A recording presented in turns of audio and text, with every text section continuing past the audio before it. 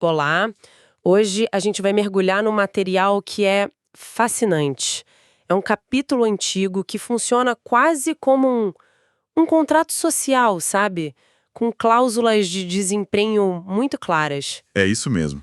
Ele estabelece um sistema de causa e efeito, de bênçãos e maldições, de uma forma que é, assim, quase matemática. Exatamente. E olha, as nossas fontes são trechos do capítulo 26 de Levítico e a gente está usando duas bíblias de estudo, a Roman e a Nova Almeida Atualizada, que ajudam com notas, com contexto. Certo. E essa ideia de contrato que você falou é perfeita, porque o que a gente tem aqui é um exemplo clássico de um documento de aliança do Antigo Oriente Próximo. Ah, então esse formato não era único. O formato não, era muito comum, sabe? Em tratados entre um rei poderoso e seus reinos vassalos. Entendi. A estrutura era sempre essa.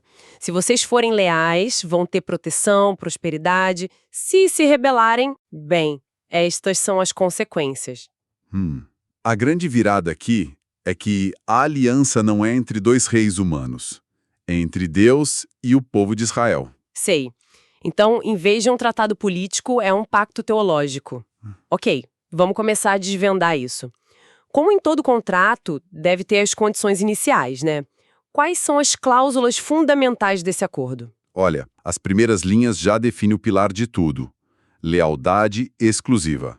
O texto é bem direto. Sim. Não fazer ídolos, não levantar imagens de escultura, nem colunas de pedra. Basicamente, a relação começa com uma exigência de fidelidade total. O que, para a época, devia ser uma ideia bem... Nossa, bem radical. A gente pensa no mundo antigo e imagina panteões de deuses, estátuas por toda parte. Exatamente. Proibir qualquer tipo de imagem de culto era uma forma de criar uma identidade teológica única para Israel, completamente na contramão da cultura ao redor. Claro. E as outras ordens que vêm em seguida, tipo guardem os meus sábados e reverenciem o meu santuário, elas não são regras soltas, sabe? Certo. São as práticas que mantêm essa aliança viva no dia a dia. A obediência a esses princípios é a chave que abre a porta para todo o resto. E o resto, pelo que eu vi nas fontes, é onde a coisa fica impressionante. Depois das regras, vêm as promessas. E, nossa, lendo o que acontece se o povo obedecer, a descrição é de cair o queixo. Não é só as coisas vão dar certo. É um cenário de abundância quase surreal. É uma visão de um mundo em perfeita harmonia. É quase como se a própria natureza estivesse alinhada com os propósitos do povo, sabe? Como um sinal visível do favor divino. Os medos mais básicos daquela época eram a fome e a guerra. E as bênçãos atacam exatamente esses dois pontos. E como a primeira promessa é a prosperidade agrícola. Darei as chuvas na época certa, a terra produzirá a sua colheita. Mas o detalhe que me pegou foi a escala disso. Sim, é incrível. O texto diz que a colheita de grãos vai durar até a época de colher uvas. Isso. E a colheita de uvas vai durar até a hora de plantar de novo. Quer dizer, é um ciclo de abundância sem fim, né? Mal se termina um trabalho, o próximo já está começando, porque a terra não para de produzir. É uma imagem poderosa de superabundância. A fome, que era uma ameaça constante, simplesmente deixaria de existir. Mas como você disse, não para por aí. Não mesmo.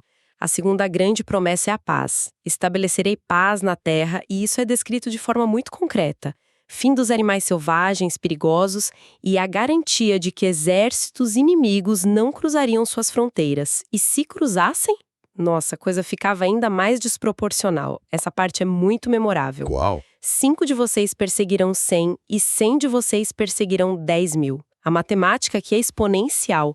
A força deles não seria linear, o que sugere que não viria só deles mesmos, né? Exato. Mas o que é fascinante aqui é que todas essas bênçãos, colheitas fartas, paz social, vitória militar, elas não são o objetivo final. Não. Elas são sinais externos de uma realidade interna muito mais profunda, sabe?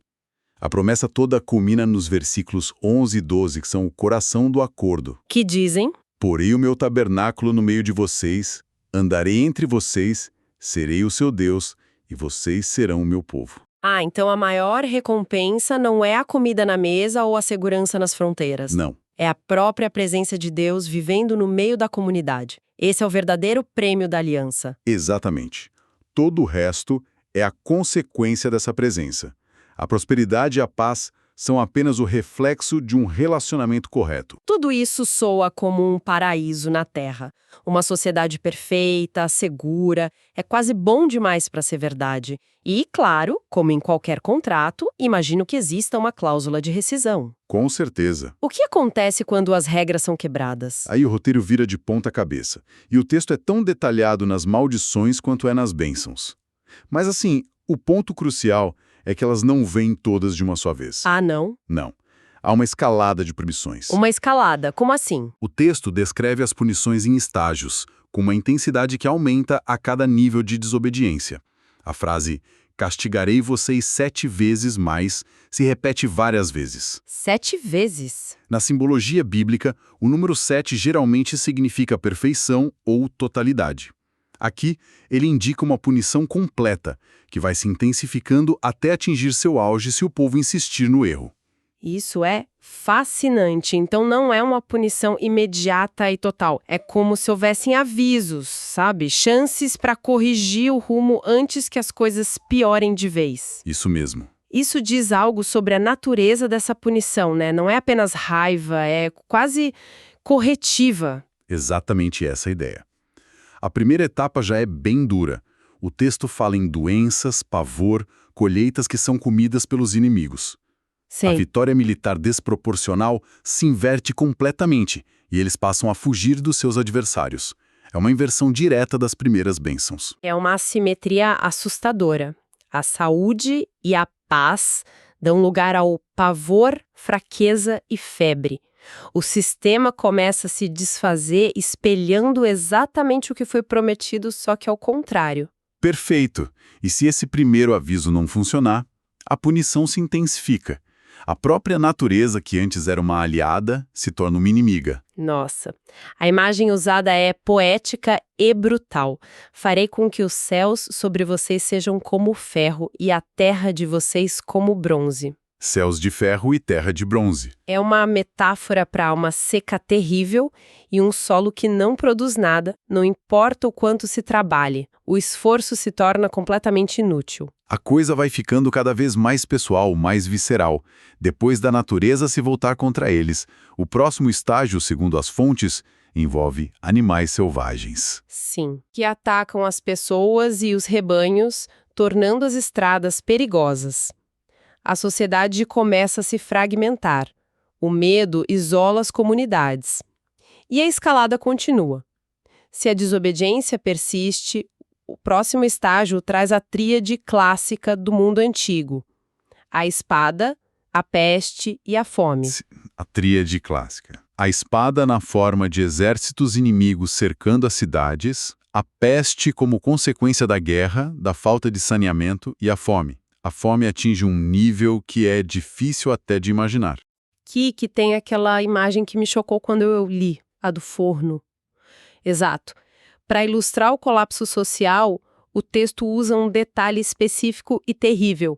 10 mulheres cozerão um pão num só forno e o repartirão por peso. Pesadíssimo. Isso significa duas coisas. Primeiro, a lenha é tão escassa que 10 famílias precisam compartilhar um único forno. Certo? Segundo, a comida é tão pouca que o pão é distribuído por peso, racionado ao extremo. O texto conclui: comerão, mas não ficarão satisfeitos. Nossa, É o retrato de uma sociedade onde a estrutura familiar e comunitária se desfez pela sobrevivência. essa imagem é realmente muito forte. E esse ainda não é o fim da escalada, certo? Qual é o ponto final, o clímax de tudo isso? O clímax é a destruição completa da identidade nacional e religiosa. O texto diz que os locais de culto idólatra seriam destruídos, as cidades virariam ruínas. E por fim, virei o exílio. Vos espalharei entre as nações.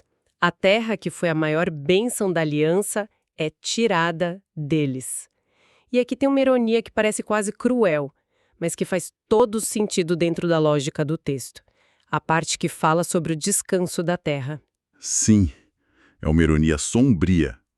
O texto diz que, enquanto o povo estiver no exílio, A terra finalmente celebrará os seus sábados. Nossa! Os anos de descanso sabático que o povo se recusou a dar à terra voluntariamente, a terra agora os terá à força, na ausência deles. É um ciclo que se fecha de forma trágica. A lei que eles quebraram acaba sendo cumprida pela desolação. É um cenário de colapso total. Destruição, exílio, desespero. O capítulo acaba nesse tom desolador. Ou existe alguma luz no fim do túnel? E essa talvez seja a parte mais surpreendente. Depois de descrever o fundo do poço, o tom do texto muda completamente. Muda. Ele abre uma porta para a restauração. Não é um beco sem saída. Mas imagino que essa volta não seja automática. Depois de tudo isso, deve haver condições. Com certeza. A restauração exige uma resposta. Primeiro, uma confissão honesta. Confessar a sua iniquidade e a iniquidade de seus pais. É preciso reconhecer o erro. Ok. E segundo, o texto usa uma metáfora poderosa. Se o seu coração incircunciso se humilhar. Não é só uma confissão da boca para fora, é uma mudança interna, uma humildade genuína para aceitar que a punição foi justa. Ok, então há a confissão e a humildade. E quando isso acontece, a promessa de restauração é ativada. Mas o interessante é que a base dessa promessa não parece ser um mérito do povo que se arrependeu. É outra coisa, não é? Precisamente. E esse é o ponto central da esperança em todo o capítulo. O versículo 42 diz: Então me lembrarei da minha aliança com Jacó, e também da minha aliança com Isaque, e também da minha aliança com Abraão, e também me lembrarei da terra. A garantia da restauração não está na perfeição do arrependimento do povo, está na fidelidade de Deus à promessa original feita aos patriarcas muito antes. Entendi. No fim das contas, a aliança de Deus se mostra mais forte e mais persistente do que a desobediência do povo. Então, fazendo um balanço de tudo, o capítulo 26 de Levítico nos mostra um universo com uma lógica moral muito clara. Escolhas geram consequências diretas, tangíveis e, como a gente viu, escalonáveis. Exato. É um sistema de feedback imediato, tanto para o bem quanto para o mal. Mas, por trás de tudo, mesmo das advertências mais severas, o que sustenta a história toda é a fidelidade de Deus à sua própria aliança, que sempre deixa uma porta aberta para a volta. É uma ótima síntese. É um sistema de regras claras, mas fundamentado numa promessa que transcende o próprio sistema. E isso tudo me deixa com uma última reflexão, sabe? Algo para quem nos ouve pensar a respeito. Manda. Este capítulo apresenta uma relação direta, quase de laboratório, entre o comportamento humano e a consequência divina. Se fizer A, acontece B.